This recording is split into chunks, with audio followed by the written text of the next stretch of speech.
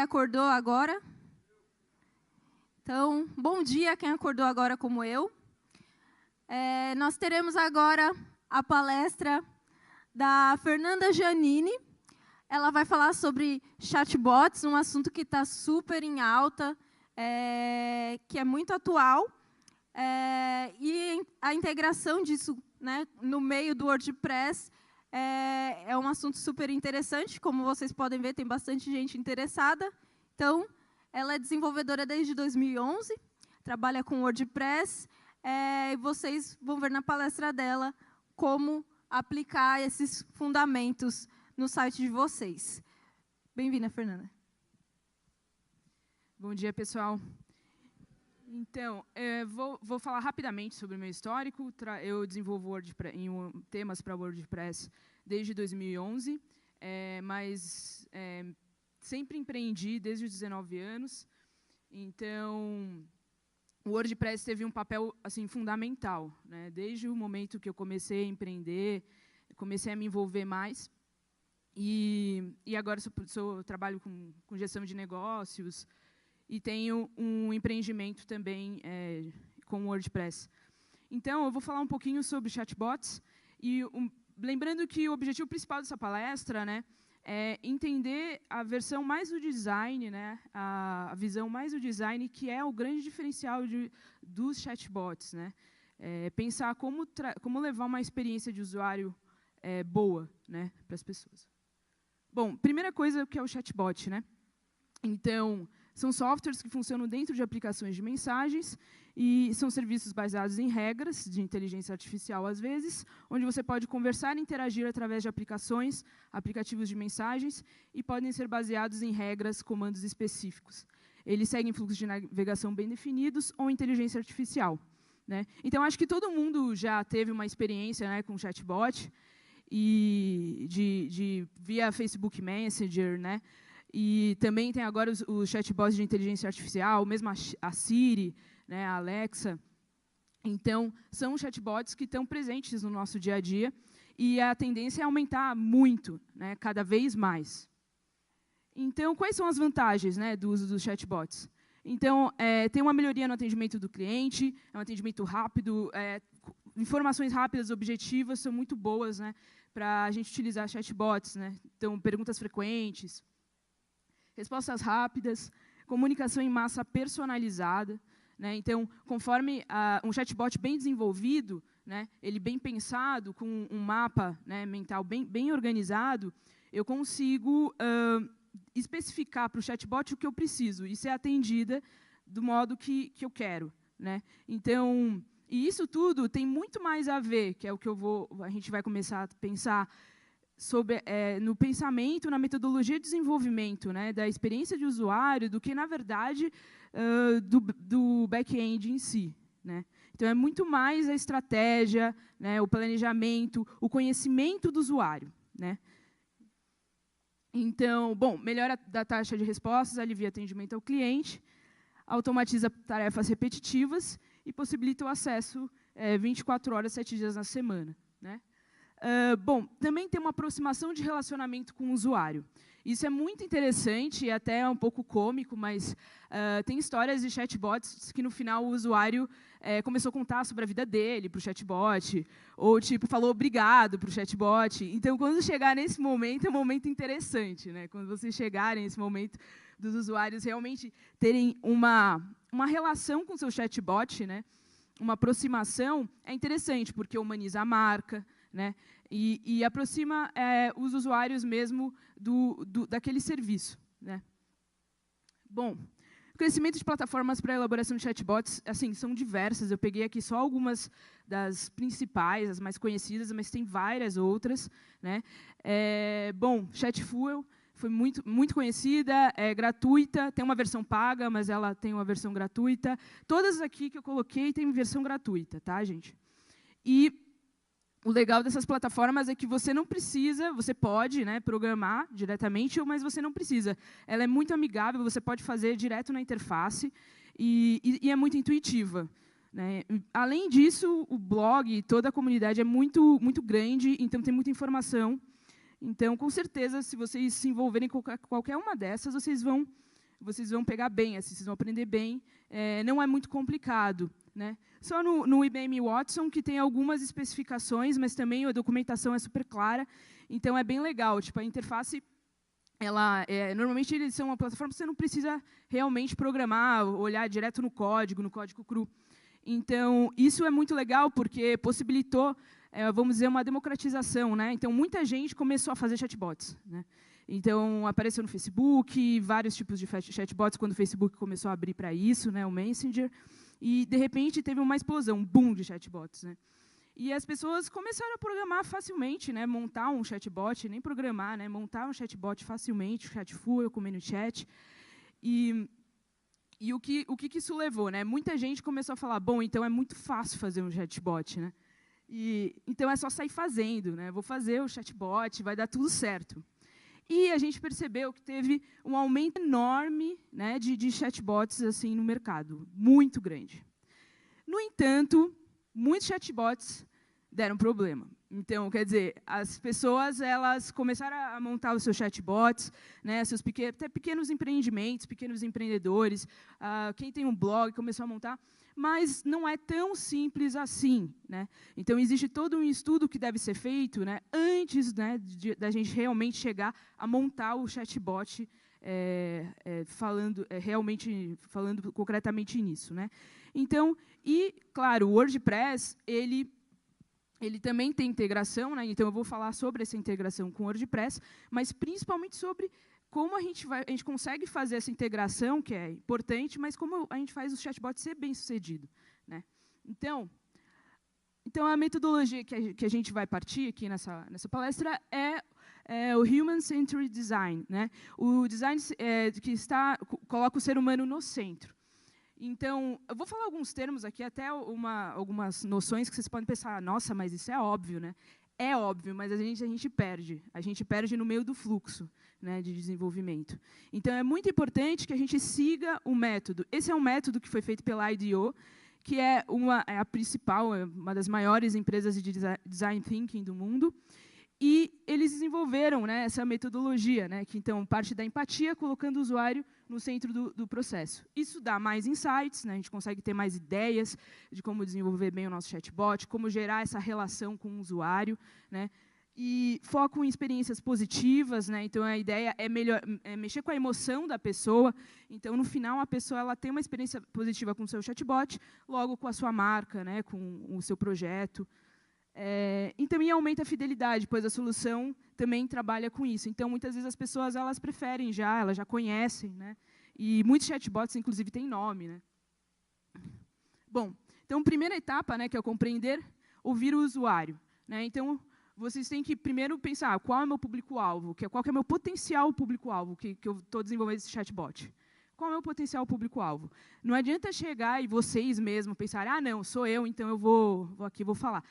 Muitas vezes a gente também pode participar desse público-alvo, mas é sempre bom ouvir né, outras ideias, outros pensamentos, principalmente de gente que a gente não conhece, né? Então, vale tudo, vale questionário no Google Forms, né, chegar em comunidade, que a gente sabe que o nosso público está lá, e perguntar, né? Então, observar e ouvir o contexto sem julgamentos pré-concebidos, então isso é muito importante, né? Então, o usuário fala um negócio e a gente pensa, não, isso não importa tanto, eu não quero fazer isso. Não, primeiro ter a mente muito aberta, né? Não é fácil, né? Apesar da gente falar, não, vou fazer isso, mas não é fácil. Então, é muito mais ouvir, né, e observar do que falar, né? E, bom, aprofundar no entendimento das necessidades, das barreiras e os problemas que o usuário enfrenta. Então, é o momento da gente ter a mente aberta. Às vezes, a gente já tem um objetivo para o chatbot, mas a gente pode descobrir uma outra dor, uma outra necessidade do usuário. E isso a gente aprende nesse momento, né, do compreendimento, né, da empatia. Quais os objetivos do usuário desse tipo de produto ou serviço? Né? Quando ele vai utilizar o produto ou serviço, quais são os objetivos que ele tem? Né? Então, isso a gente tem que pensar, não é tão óbvio. Que situações ou circunstâncias propiciam as necessidades? Né? Qual é o contexto que ele está vivendo para ele ter essa necessidade de falar com o chatbot? Né?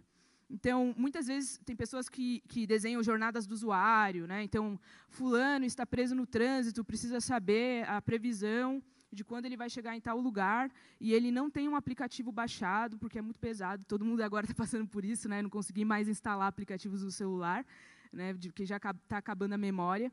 E os chatbots também vieram muito para isso. Então, nisso, muita gente vai estar falando que os aplicativos não vão ser mais necessários para algumas necessidades que o chatbot supre. Então, você já utiliza Messenger, né? Então, o próprio Uber está repensando isso. Agora, você pode, em alguns países, pedir Uber pelo chatbot, pelo Facebook Messenger. Todo mundo já tem, então o cara não vai baixar mais um aplicativo para o celular.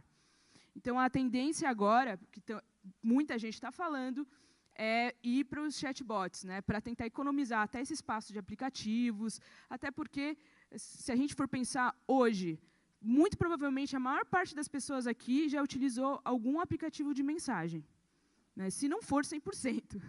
Né? Então, WhatsApp, Slack, qualquer coisa que a gente utilize, Facebook Messenger, a gente já utilizou de alguma forma. Então, como ele faz as tarefas que necessita do seu produto ou serviço? Né?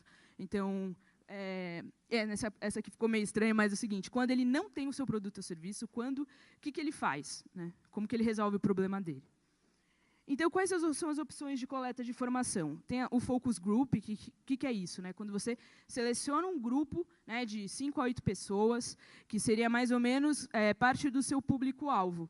E você faz uma série de perguntas, cria situações, contextos, e você observa. Entrevistas, né, conversar com as pessoas é muito importante. E questionários. Né? Então, sempre assim, entrevista é muito interessante porque você consegue captar informações muito mais qualitativas do que quantitativas. Né? E o quali é muito importante, principalmente se a gente está falando de experiência de usuário. Né? Quer dizer, qualitativa é o quê? O que a pessoa sentiu, o que ela notou, que muitas vezes você não vai perceber num questionário de sim ou não, ou de nota, né? Apesar de ele ser importante também em alguns pontos. Mas essas são as formas de coleta. Assim, não dá para começar um chatbot sem isso, um chatbot bem feito, né? Um chatbot que veio para resolver um problema. Então, identifique e defina o problema. Né? Analisando tudo isso, observando, com todas as anotações, você vai começar a enxergar padrões. Podem ser até alguns padrões que você já previa, né? Eu já sabia que as pessoas tinham esse problema. Alguns que você vai descobrir. E aí você vai começar a pensar, bom, então qual é o problema que o meu chatbot vai resolver? Quem dá o problema é o usuário, não somos nós. Tá? Muitas vezes a gente está tão apaixonado pela ideia que a gente quer encaixar a ideia e falar, não, vai funcionar. Porque eu gostei dessa e todo mundo quer. E aí, no final, é só a gente e a nossa mãe. Então, no final, a gente tem que realmente partir do usuário. Né? Então, analisar os dados, analisa os dados, identifica os padrões e define o propósito. Né? Qual é o problema que vai ser solucionado pelo chatbot? Então, você tem chatbots que educam para o produto.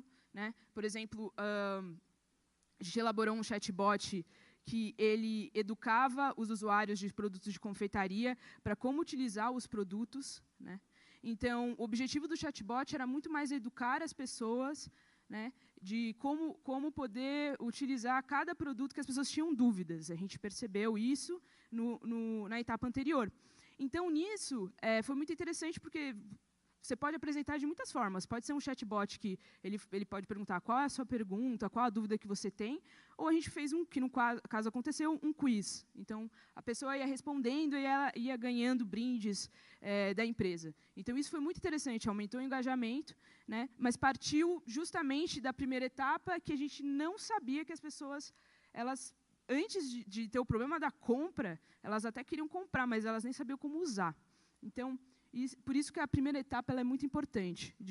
E aí, a parte da definição, ela depende da primeira etapa bem feita para poder ocorrer bem.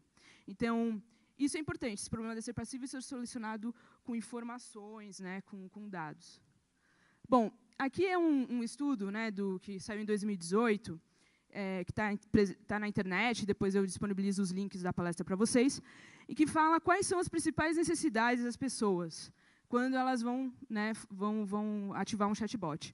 Então, conseguir uma resposta rápida em uma emergência, resolver um problema ou fazer uma reclamação, conseguir respostas ou explicações mais detalhadas, que ela especifique mais. Muita gente não tem paciência de ligar, ter que falar com o atendente, ficar aguardando a musiquinha infinita. Então, as pessoas elas querem já falar diretamente com o chatbot. O chatbot ele é objetivo, né? Então, pagar uma conta, comprar um item básico, né? Então, muita gente falou isso, né, que se interessa por isso, né, no chatbot. Fazer uma reserva num restaurante, num hotel, aquela coisa que a gente sabe que a gente não vai querer passar, vai por todo o processo de ligação, a pessoa atender, aí ela redireciona, e aí tem que explicar tudo de novo. Então, o chatbot ele é muito objetivo e ele consegue atender de forma personalizada as necessidades. Então, principais usos, né, ter uma resposta rápida para dúvidas, resolver um problema ou reclamação, conseguir uma resposta mais detalhada, ou mesmo, às vezes, ativar um serviço humano. Né? Por exemplo, quero pedir uma pizza, né? Então, que no caso seria o serviço humano, né, a entrega, delivery.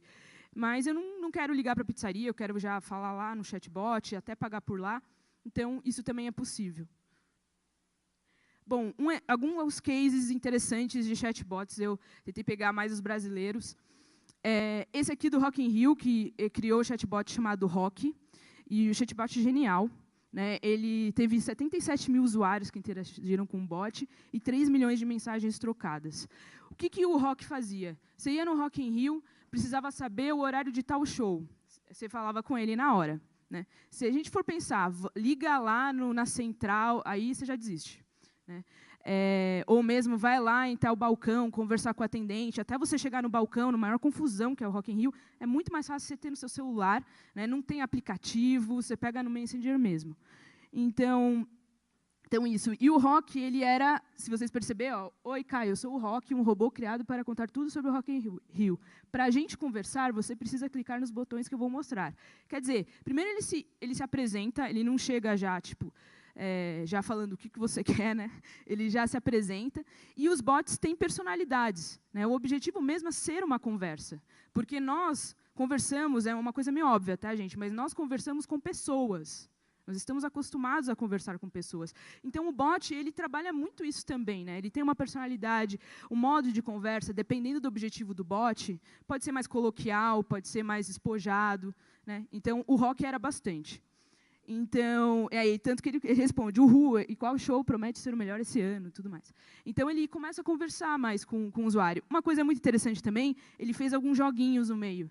Então, você estava no meio do show, e aí ele falava, adivinha o que o Slash tem na cartola. E aí você ia respondendo quiz sobre as bandas, e ele ia te dando, vamos dizer, fotos especiais, que só você teria que responder esse quiz. Então, até essa forma lúdica, além da informativa, também foi trabalhada e deu muito certo. Né?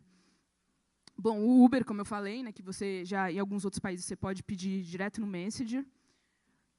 Esse aqui eu achei muito interessante, porque essa aplicação social do bot. Né? Então, esse é um bot que foi criado do Amigo Anônimos, né, pela Associação dos Alcoólatras Anônimos.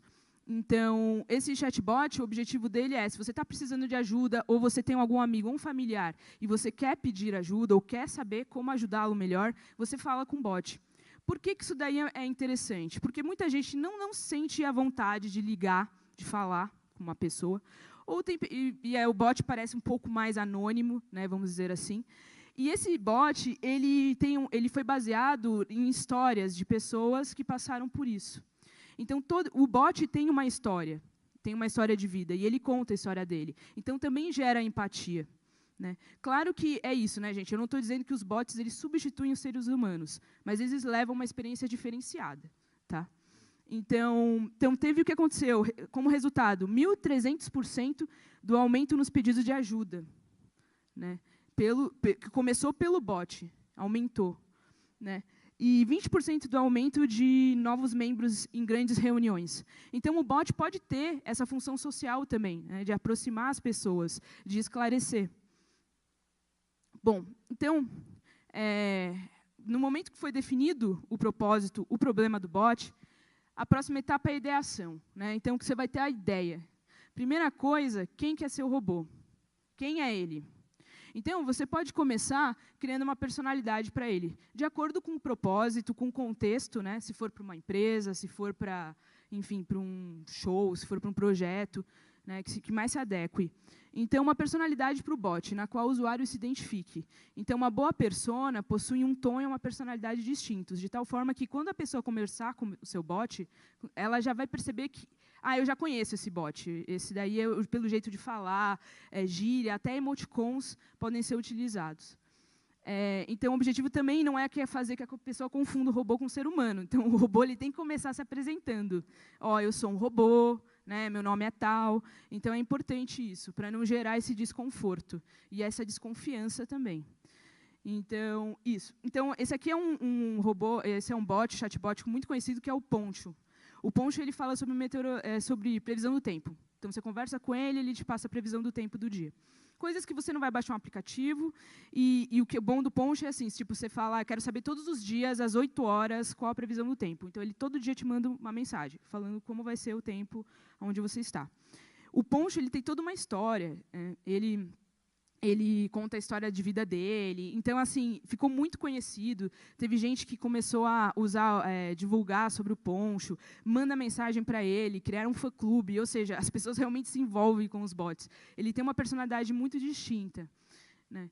Então, storytelling também pode ajudar a criar um bot mais humanizado. Você contar uma história do bot, né? Como que ele nasceu. Muitas vezes, se o bot tem um propósito, ele pode ter um propósito, vamos dizer, ele pode ter uma história com base até parecida com o público-alvo de vocês, né?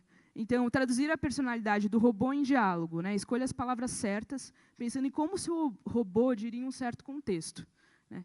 Muita gente pode até criar easter eggs, né? Que são pequenas piadas que as pessoas podem fazer, né? Muita gente faz esse tipo de piada, de, sei lá, fala para o bot, eu te amo, para saber o que ele responde. Então, você pode colocar easter eggs que o bot responda, se a pessoa falar isso. E, no final, fica muito famoso, né? Cada easter egg que as pessoas vão encontrando. Se for o sentido do seu bot. Você pode fazer um bot que conta piada, então... teste uma conversa simulando um contexto e fazendo uma conversa real. Quer dizer, chega depois que você desenvolveu a personalidade do bot, conversa com uma pessoa mesmo e faz o teste. Bom, a prototipagem, né? Prototipar a conversa. Então, a gente vai falar um pouquinho sobre design antecipatório. Claro que, como isso é uma palestra breve, né? Então, é um tema enorme e aprofundem nisso, vale muito a pena. Então, o que o design antecipatório fala, né? Antecipar os desejos do usuário e suprir suas necessidades sem que ele precise pensar, decidir ou pedir, né? Então, por exemplo, aí eu usei o exemplo como Netflix, do Spotify.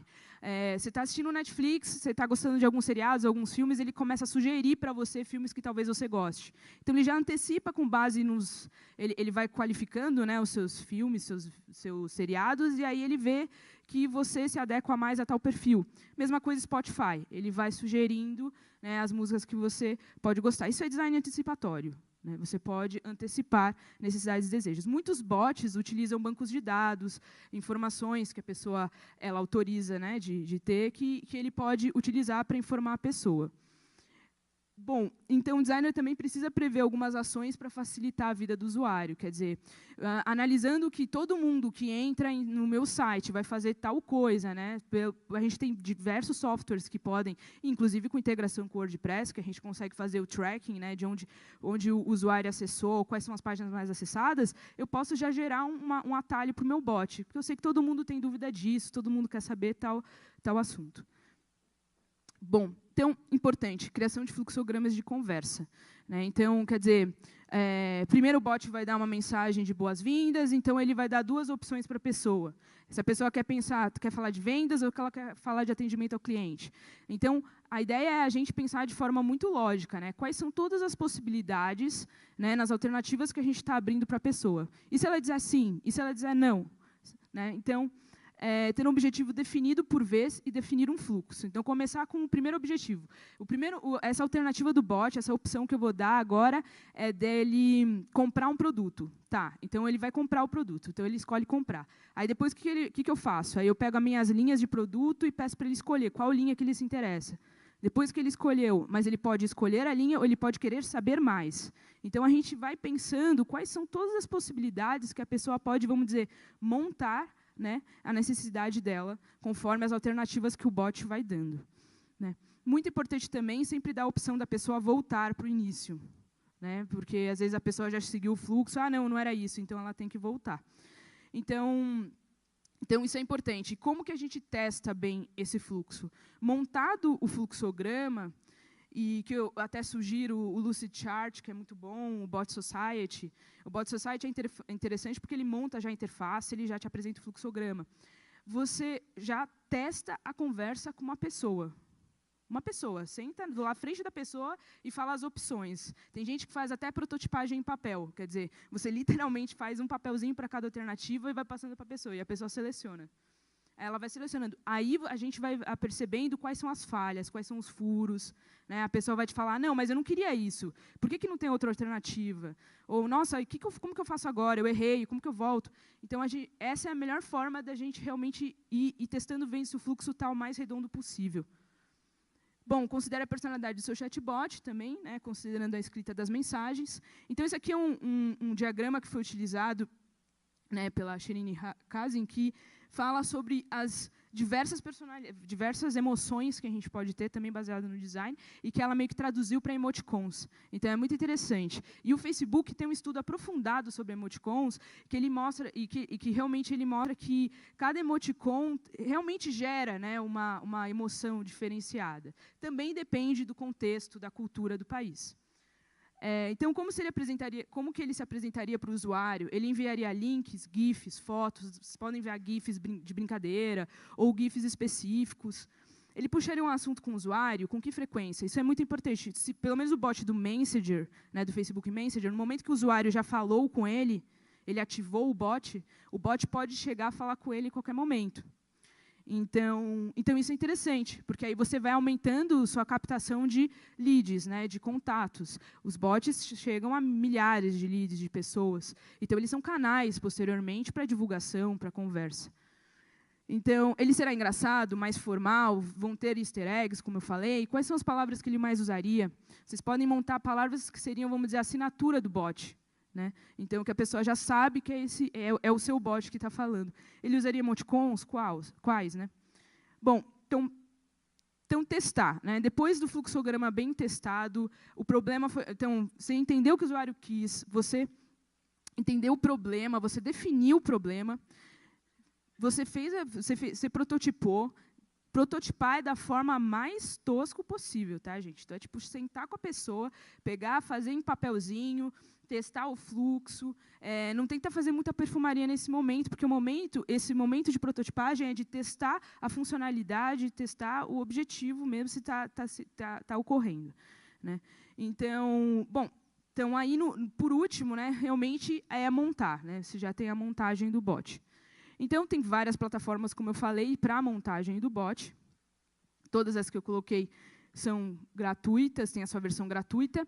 Então, e aqui tem um termo que a gente utiliza muito na área de startups, né, de empreendedorismo, que é o mínimo produto viável. Né? Você vai montar, de uma forma clara, você vai montar a gambiarra que vai poder colocar o seu robô funcionando. Né? Então, você vai se focar muito mais em realmente criar o bot que resolva o problema. Não ficar pensando, não, vou criar um mundo ideal, enquanto eu não fizer o bot lindo, eu não vou conseguir.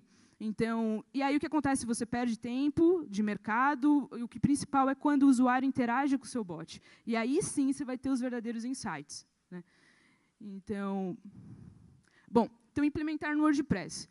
Com o seu bot criado, existem integrações por WordPress, né, que o que é mais lindo no WordPress é isso, é uma comunidade enorme, né, então você consegue, sempre tem algum plugin, alguma coisa que pode integrar, te ajudar nas necessidades que você tiver. Então, esses são os plugins que são conhecidos, já utilizei. Então, versão gratuita, né, tem a versão gratuita. E no próprio chatbot, até falando do Chatfuel, ele tem um template de chatbot, quer dizer, tem as conversas e as funções já prontas, que ele atualiza com posts do seu WordPress. Por exemplo, sai um post no seu blog. Então, as pessoas que conversaram com esse chatbot recebem, no momento que saiu o post, uma mensagem dele, acabou de sair um novo artigo. Né? Você acabou de lançar um produto no seu e-commerce, o seu bot pode avisar as pessoas. Então, isso aqui como funciona? Como funcionaria no meio do site? Então, tem um Messenger. Lembrando que eu tem bot que também agora já tem com...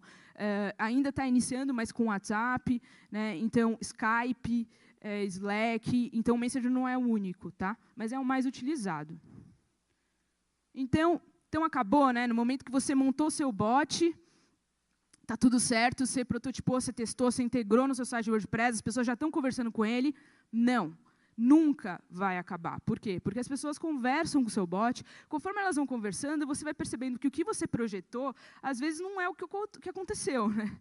Você pode perceber que as pessoas têm outras necessidades, né? Ou que tem outras features, né, que você pode colocar no seu bot. Você pode criar outras campanhas com o seu bot. Né? Eu uso como exemplo um bot que foi criado que era uma confeiteira digital mesmo, que agora está sendo lançado, e que as pessoas começaram a conversar com ela, e a gente percebeu que tinha tipo, um personagem enorme, e esse personagem poderia guiar toda a empresa nas campanhas de marketing, na educação para os produtos. Então, isso gerou diferenciou muito. Saiu, vamos dizer, do nosso planejamento, que é muito legal. Quer dizer, o bot criou vida. As pessoas começaram a conversar com ele e a gente começou a perceber outras necessidades, né? Ou mesmo uma outra visão da empresa que a gente não sabia que as pessoas tinham. Então, o bot ele serve muito para isso, para aproximar, né, a empresa, a marca, o projeto, né, das pessoas. E, ao mesmo tempo, gerar essa empatia, aproximar e talvez, até para um segundo momento, ter um contato realmente direto, humano. Isso depende muito do objetivo do seu bot. Mas o que foi importante é a gente perceber que o bot ele tem que sair de um contexto humano, ele tem que sair da empatia, de um contexto empático. A gente tem que primeiro montar a empatia. Porque nós temos milhares de bots por aí, e poucos realmente funcionam. Né? Num dos links que eu vou deixar da palestra, tem um site chamado Bot Fail. Né? Então, todos os problemas que os bots tiveram com as pessoas começam a xingar o bot, ou ficam cansadas, vão embora. Tipo, o bot não responde o que ela perguntou. Então, isso acontece muito, que é quando a gente pega e vai lá direto e pá, né, e monta. E pode acontecer, e vai acontecer, que as pessoas conversem com nossos bots e a gente perceba que a gente precisa melhorar alguns pontos no processo. Mas é isso que faz parte, por isso que eu mostrei que é um ciclo. Né? Então, ele não acaba. Depois que você compreende, define o problema, prototipa, testa, volta. Você compreende mais um pouco, define melhor o problema e assim vai. E esse é o processo de metodologia de design thinking, né, de experiência centrada no usuário. Então, isso, né, essa experiência de usuário que a gente vai aprendendo, né, conforme o bot está em vida. Então, agora acabou.